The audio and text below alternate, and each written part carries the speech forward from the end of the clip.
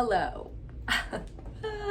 Hi. Oh my god, thank you so much for all the love and support from my breakfast burrito video, all the comments and people that just reached out to me telling me really positive things was so sweet. Y'all are some sugar bears. Seriously, thank you. Before I get into this, I have to show you these sweatpants. I am a huge cozy queen. If I'm home, I'm in sweatpants or some comfy pants. I'm not gonna wear something if it's uncomfortable or itchy or whatever. Like, I just need to be comfortable all the time.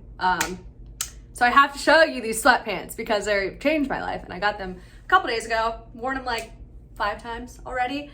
Look at them. Okay. Guess how much? Guess how freaking much?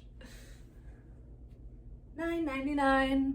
$9.99. $10 for how freaking cute. Like, they're so cute. And they're like little joggers. I got a large because, like I said, like to be comfortable. And I got 2 other pairs. These 2 are the same. The tie-dye ones obviously aren't the same. Ross, bitch. You gotta go to Ross. I'm gonna make it a point to go to Ross every, couple months and just check out their sweatpants. And I cannot be bothered to spend more than like $15 on sweatpants.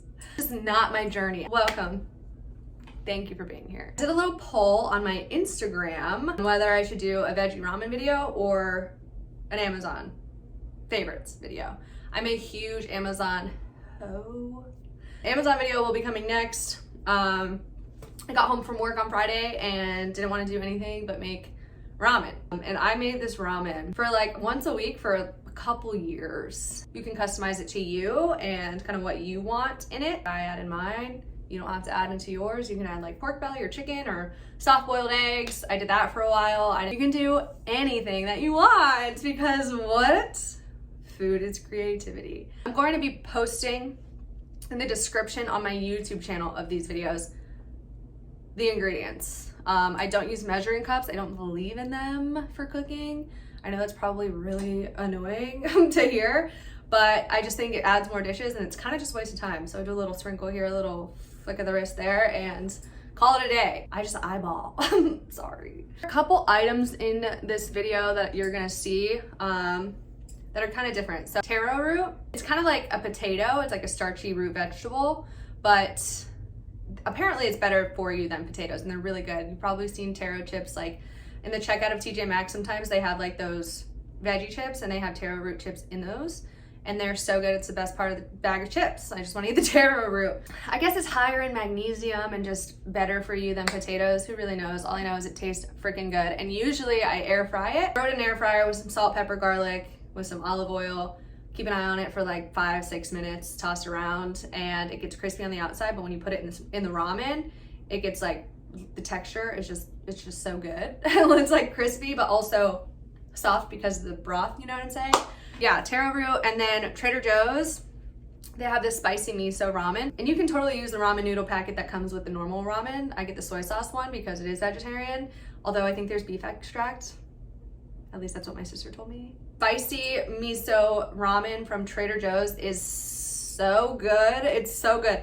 It's spicy, so if you don't like spicy, you're not gonna like it. But I took the packet from that and used it in this ramen recipe, which I've never done before, but it was really good. If you go to the international aisle of Publix or any grocery store or an Oriental market, you can find all of the ingredients that they put in ramen at restaurants in that aisle. If you wanna do baby corn, which I love baby corn so much, and I didn't have any for this video, you can add water chestnuts, bean sprouts, bamboo shoots. Like in the international aisle, you can find all of that stuff in the Asian food section. Check it out. You never know what you're gonna find and what new foods that you can be into that you never even knew. Let's begin. Gotta get firm tofu. Any other softness that isn't firm or extra firm will just fall apart. So you have to drain your tofu. You have to wrap it in paper towels or a towel and put something on top of it so that it gets all that moisture out, because it won't get crispy in the pan if it has all that excess like gooey tofu water that it sits in. I'm doing broccoli and carrots. I don't like cooked carrots, so I just leave those raw, but I will be cooking the broccoli in a wok with the other things. Big green onion fan, and purple cabbage has been like so good. Put it in tacos, like make a coleslaw, put it in tacos. It's so freaking good. I can eat it by itself. Jalapenos, mostly for aesthetics, but also a little kick. I just think they're cute and I love fresh jalapenos. This is the taro root. It looks weird. I get it from the Oriental market. It's kind of like vacuum sealed. I just chopped that up.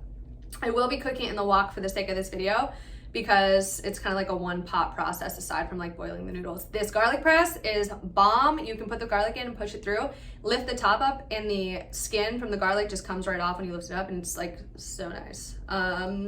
Get a wok. A wok is kind of a mix between a pot and a pan. It's used traditionally in Chinese cooking for stir fries most of the time, I believe, and they just continuously toss it. And it's good because the heat distributes in different ways with the wok. So if you cook something in the middle, that'll cook, but if you're done cooking that and want to cook like veggies in the middle, you can push everything else off to the side because it's kind of like a pot at the same time. Boil your water. 2 cups of water, filtered water because we're not nasty, and let that come to a boil. My watch. This is just all about timing. So I usually boil my water when my tofu and taro and broccoli is kind of like almost done, so that everything kind of times out perfectly. Got some salt and pepper. Toss it around. This is weird, but I don't add my fresh garlic to the pan until it's like almost done cooking because I don't want the garlic to burn. I want it to be like fragrant, you know? All right, put your noodles in. Keep an eye on them because there is nothing worse than mushy ramen. Ugh, it's so bad.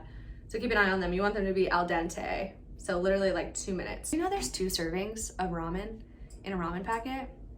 No, there's not, bitch. No, there's not. Where I'm using the packet from the Trader Joe's miso, but you can just use the packet that comes in ramen noodles. It's just as good. I used to do that all the time, and I would add like sriracha and soy sauce to the bowl too.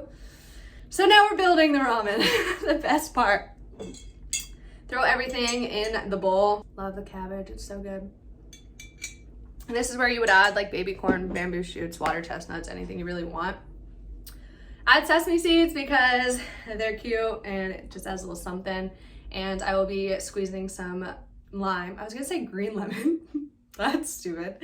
And there she is. Super easy, super quick, really cheap. I've made this for multiple people and they all really enjoy it. I started getting into duding up my ramen bowls because I would go to these ramen restaurants. I only have been to one place and it's in Orlando. It's called Jinya, and they have the best vegan ramen I've ever had, and the flavors are so good, and they have like homemade sauces that they have on the table that you can kind of add to your bowl. But the problem is it's hard to come by. Good vegetarian ramen is just like a dime a dozen, and so I just started making it myself because you can build flavors and kind of like tweak it to how you want. We went to a place in St. Pete and we spent like $80 on ramen, and it was awful. We were like really upset because it was bad and it was expensive, so I'm like, no, we're not doing that. For whatever reason, it's really hard, which is becoming better these days. Being a vegetarian is more known, but like as a kid, nobody knew what a vegetarian was. Now that people are kind of able to understand like flavor profiles of vegetarians, it's hard for me to wrap my mind around the fact that it's so hard to season vegetarian ramen. Just season the tofu or season the broth. It's just all about building flavors. I don't want to eat a ramen bowl that tastes like flavorless broth. It's basically just water at that point, which I'm mad because I'm not gonna spend $16 on that. No. That was my vegetarian ramen, and I hope you enjoyed. Please let me know if you try it. I will be doing an Amazon favorites video next. I'm going to be trying to put a video out once a week. It's like a goal that I have that I'm just like, yeah, once a week, you know, on the weekend I'm gonna film. Or when I go part-time at my full-time job, like to make more room in my schedule and in my life and in my brain for my passion projects, then who knows what can happen. Thanks again. I appreciate you. Sprout really appreciates it. He looks the opposite of elated right now. However, he's like the chillest guy ever and he's the love of my life. Mrs. Sprout, have a kiss. My sweet potato, because he looks like a sweet potato. And he's quite literally a sweet potato. I appreciate you being here and listening to what I have to say, and I'll see you in another video very soon. Bye.